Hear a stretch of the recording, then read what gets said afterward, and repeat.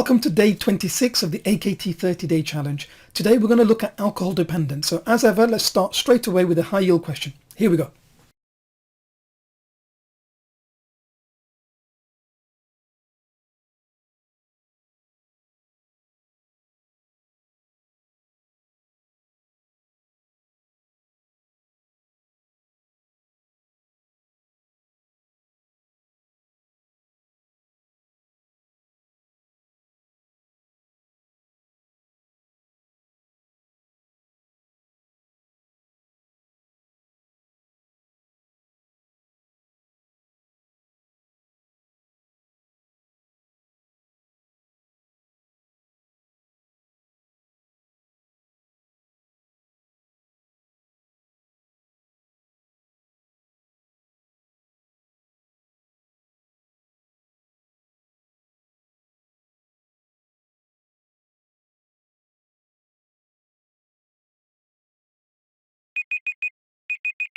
Right, so the correct answer is A, SADQ, which stands for the Severity of Alcohol Dependence Questionnaire.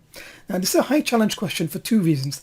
The first is to do with knowledge, and the second is to do with technique. So if we look at knowledge, first of all, we know from past examiners' reports that doctors often struggle with questions to do with assessing alcohol, how much someone's drinking, alcohol dependence, how to manage it, and things like that. So that's why it's an important topic. And in terms of technique, reading the question carefully, something we've covered at various points in the last 26 days as part of this 30-day challenge, that sometimes you can have the knowledge, but if you misread what is the examiner actually asking you, if you don't watch out for keywords, you can get the answer wrong. For example, if you look here, the question is specifically asking, which of the following is a NICE recommended tool to do what? To assess the severity of this patient's alcohol dependence. So you've already assessed, and from your assessment, you've worked out that the diagnosis is that they're alcohol dependent. The question is not asking, what would you use to decide that they might be dependent? It's asking that you've decided that they're dependent. How can you assess how severe that is? And the tool that's recommended, there's actually two that NICE recommend. One is the SADQ, the Severity of Alcohol Dependence Questionnaire, which is the answer in this question. The other is the LDQ, the Leeds Dependence Questionnaire. These are two validated tools to use when you've already established someone's got alcohol dependence, to see how severe it is, so that once they go into a treatment plan, you can then look at, are they actually improving? Is their dependence level decreasing? Are they lower risk? Right, so let's look at the other answer options and why you might have picked them. Now, often if someone faces a question in a topic that they're less confident in, they will often be drawn towards things that they've heard of. So a lot of you will have heard CAGE, a lot of you will have heard of Audit, and you might have picked one of these. Now, Audit or Audit C would be useful tools to use in GP if you're actually trying to assess if someone might have hazardous or harmful drinking or even potentially be dependent. And so you see in the question, it says your assessment suggests a diagnosis of alcohol dependence. What might have used to come to that assessment, to that diagnosis? You might have used Audit. So Audit stands for Alcohol Use Disorders Identification Test. It's the NICE recommended tool to use in GP to assess someone's drinking, to find out if they're sort of low risk, if they're hazardous, harmful, or potentially got alcohol dependence. Okay, so Audit is 10 questions, each scored from 0 to 4. Okay, Audit C is actually just 3 of the questions from the full Audit questionnaire, which takes a longer time to do, and that's a really useful rapid screen. So you ask these 3 questions, and if based on that, based on the patient's answers, if they screen as potentially high risk, you then complete the full Audit questionnaire, the full 10 questions. FAST is 4 questions taken from Audit.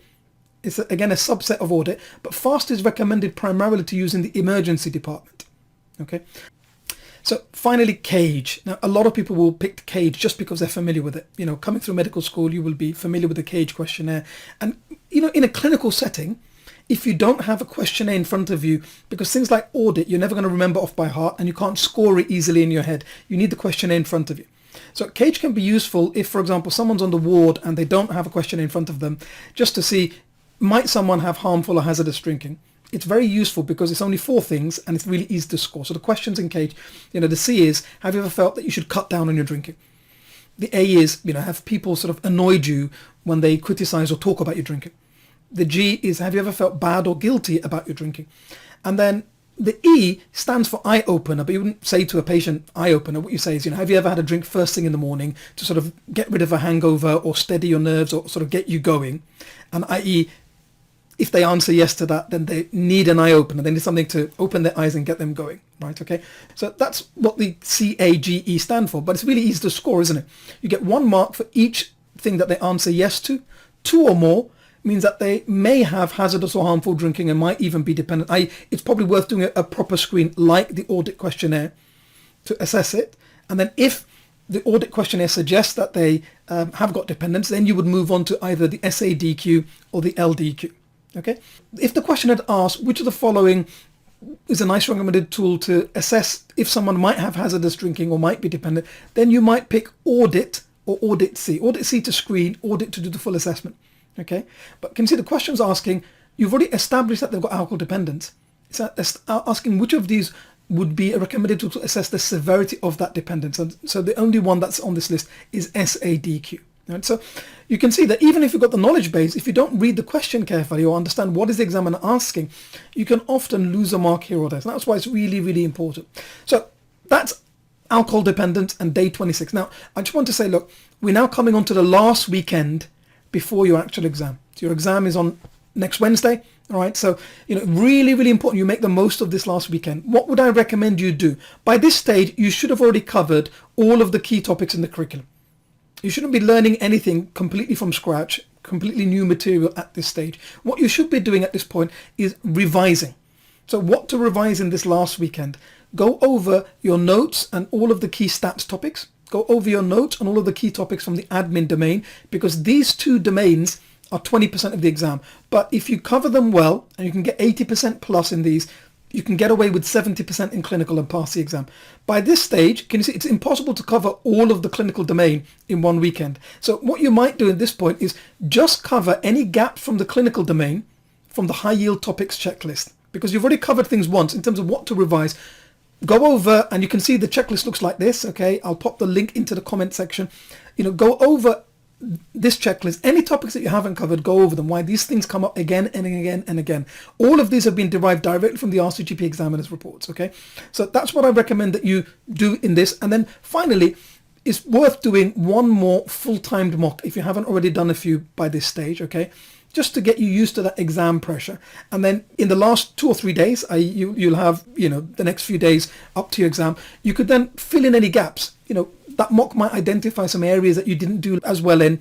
You could go back and read those things again as a second reading or a third reading. This is revision. You're not learning anything brand new for the first time at this stage. Okay, so I hope that's been helpful. Keep pushing, keep going. You're almost there. I know you're fed up of studying, but every effort, every extra question, every case card that you revise, everything's going to make a difference.